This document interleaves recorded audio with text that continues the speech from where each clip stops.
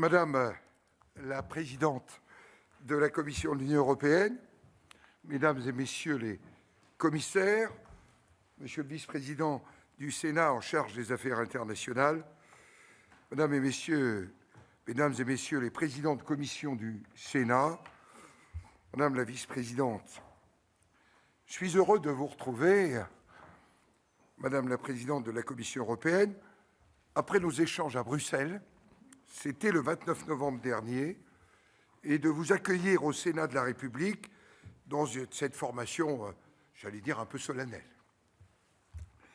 Vous l'avez déclaré en amont de votre visite à Paris, et je me permets de vous citer.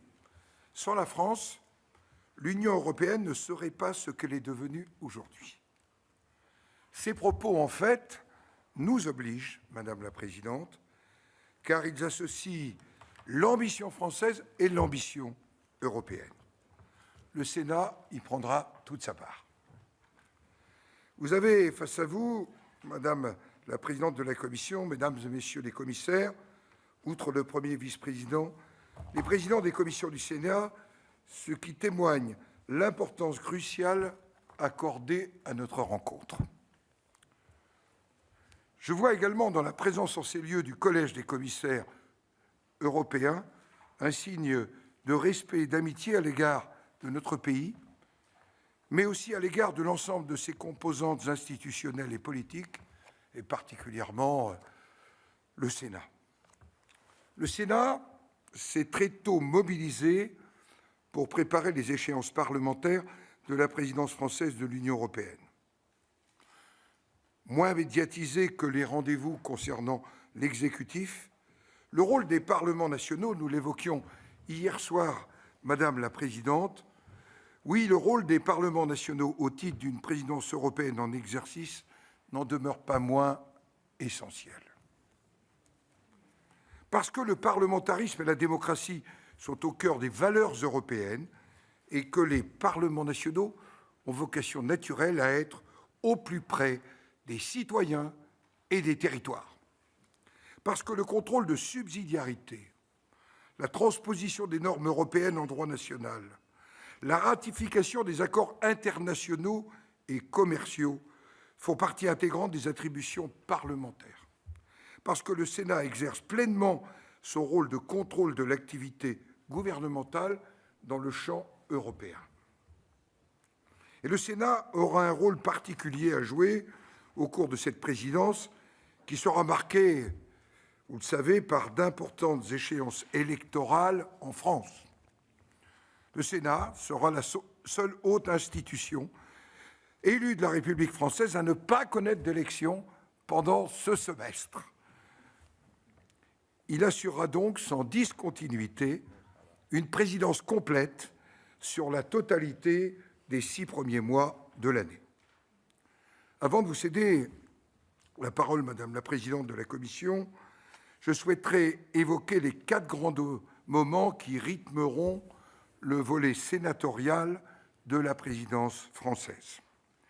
Ces grands rendez-vous auront un point commun. Ils seront tous placés sous le signe d'une souveraineté européenne réaffirmée. La souveraineté parlementaire, en premier lieu, est le rôle des parlements nationaux au niveau européen. Il s'agira de la conférence réunissant au Sénat les présidents des commissions des affaires européennes de tous les parlements nationaux. C'est la semaine prochaine, les 13 et 14 janvier, dans un format nommé COSAC, d'envisager comment nous pouvons accorder plus de poids à cette instance et renforcer son rôle. C'est un des objectifs que nous nous sommes fixés. Ce rôle est essentiel, notamment dans la soutenabilité sociale et l'adhésion des citoyens européens aux mesures prises. Je pense à la dimension climat que nous évoquions hier avec le vice-président Timmermans. La souveraineté en matière de politique étrangère, de sécurité et de défense en second lieu, lors de la conférence PESC et PSDC qui aura lieu les 24 et 25 février prochains. Elle se concentrera sur la solidarité européenne de défense, clé de voûte alors que les menaces aux frontières même de l'Union européenne se multiplient et que les ambitions de puissance, l'instabilité gagnent, malheureusement, partout du terrain. Le haut représentant Joseph Borrell a eu l'occasion de détailler ces enjeux lors du dîner hier soir offert par le président de la République. La souveraineté économique. Lors de la conférence consacrée à l'autonomie stratégique économique de l'Union européenne, aura lieu, elle, les 13 et 14 mars. Nous avons tous constaté les failles industrielles de l'Union au début et pendant la pandémie de Covid et sa dépendance à l'égard de l'Asie notamment. Les dispositifs de préférence européenne présentés par les commissaires Thierry Breton et le vice-président Valdis Dombrovskis afin de remédier aux pénuries de puces électroniques ou de semi-conducteurs qui affectent si durement nos entreprises revêtent dans ce contexte une influence cruciale. La souveraineté technologique de l'Union est en jeu. Sa souveraineté numérique. Car à travers le contrôle de l'accès aux données, c'est à la fois la protection de la vie privée et la diversité de l'accès au marché qu'il s'agit de renforcer face aux géants du numérique. C'est le cœur de votre mandat, Madame la vice-présidente Vestager. Enfin, la souveraineté qui résulte d'un contrôle renforcé des frontières extérieures, avec la conférence relative à l'Union européenne face aux défis migratoires qui se tiendra ici même les 15 et 16 mai. Une union souveraine est avant tout une union qui décide de qui elle accueille sur son sol, dans le respect bien évidemment des valeurs qui l'animent, mais sans complaisance ou faiblesse. 2 déplacements en décembre en Grèce et en Lituanie m'ont montré et nous ont souligné l'importance de ces sujets. Madame la présidente de la Commission européenne, mesdames et messieurs, je voudrais conclure en citant Simone Veil, dont nous célébrions ce matin la mémoire au Panthéon avec celle de Jean Monnet.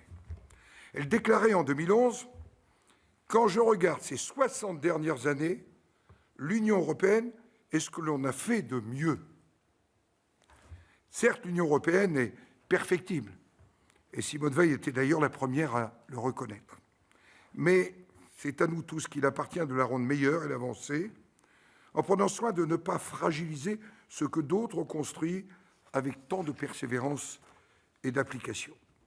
Elle aimait aussi à répéter, c'était dans une campagne électorale à laquelle je participais, « Si j'aime la France, je fais le choix de l'Europe. » Telle est la devise que je souhaite retenir avec vous tous à l'orée de ce semestre européen, devant quelqu'un qui a fait campagne aussi avec elle. Je l'inscris au frontispice du volet sénatorial de la présidence française de l'Union européenne pour qu'elle soit ainsi notre boussole. Encore bienvenue ici au Sénat, Madame la Présidente, Mesdames et Messieurs les commissaires. Merci beaucoup, Monsieur le Président, Mesdames et Messieurs les vice-présidents et les membres du Sénat. Vous m'avez cité, Monsieur le Président, vous avez dit que j'ai dit « Sans la France, il n'y a pas d'Europe ». Et j'aimerais ajouter « Sans les parlementaires, il n'y a pas de démocratie ». Et c'est pour ça, merci beaucoup de nous recevoir ici aujourd'hui pour discuter le travail pour les citoyens européens. C'était vraiment une forme de réception chaleureuse qu'on a reçue ici en France pour célébrer le début de la présidence française du Conseil. Et oui, c'était impressionnant d'être au Panthéon, voir le mémorial de Simone Veil.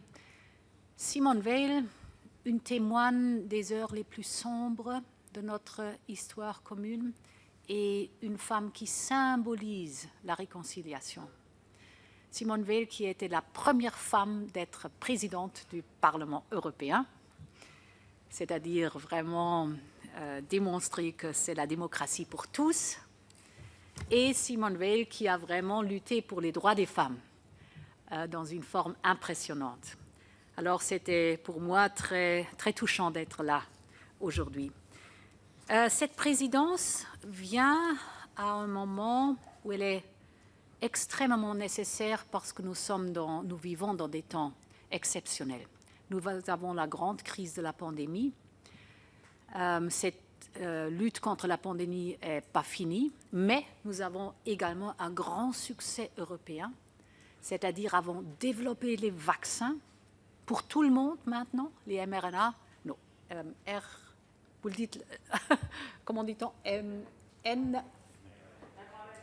vous le savez, mRNA in English, les vaccins qu'on a développés ici en Europe, on a délivré aux Européens 1,2 milliard de doses, mais on a délivré, c'est-à-dire exporté et donné au monde 1,5 milliard de doses de vaccins.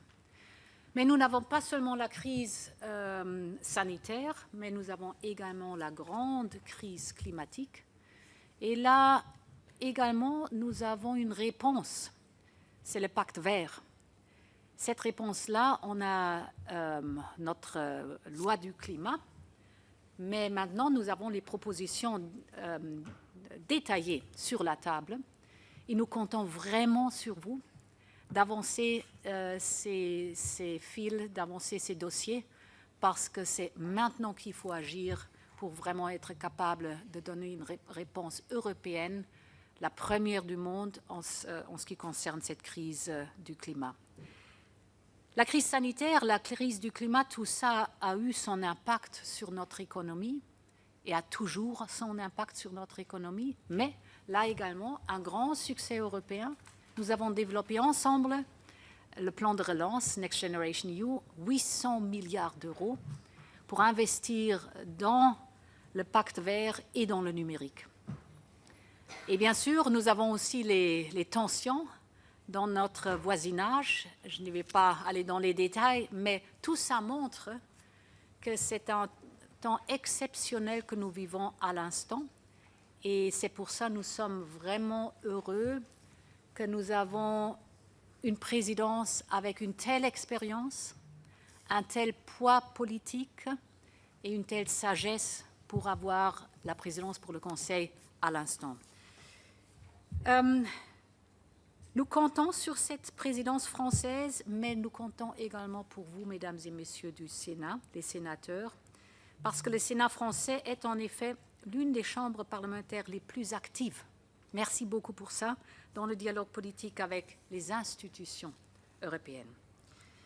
Nous apprécions vivement les avis d'initiative que vous déposez, ainsi que vos réactions à nos propositions. Et vous, Monsieur le Président, vous avez mentionné COSAC. Merci beaucoup également pour votre engagement avec COSAC, parce que ça nous donne de rester en contact et de vraiment travailler ensemble pendant cette présidence. Alors, nous sommes heureux d'être ici et merci encore une fois pour nous avoir reçus tellement chaleureusement.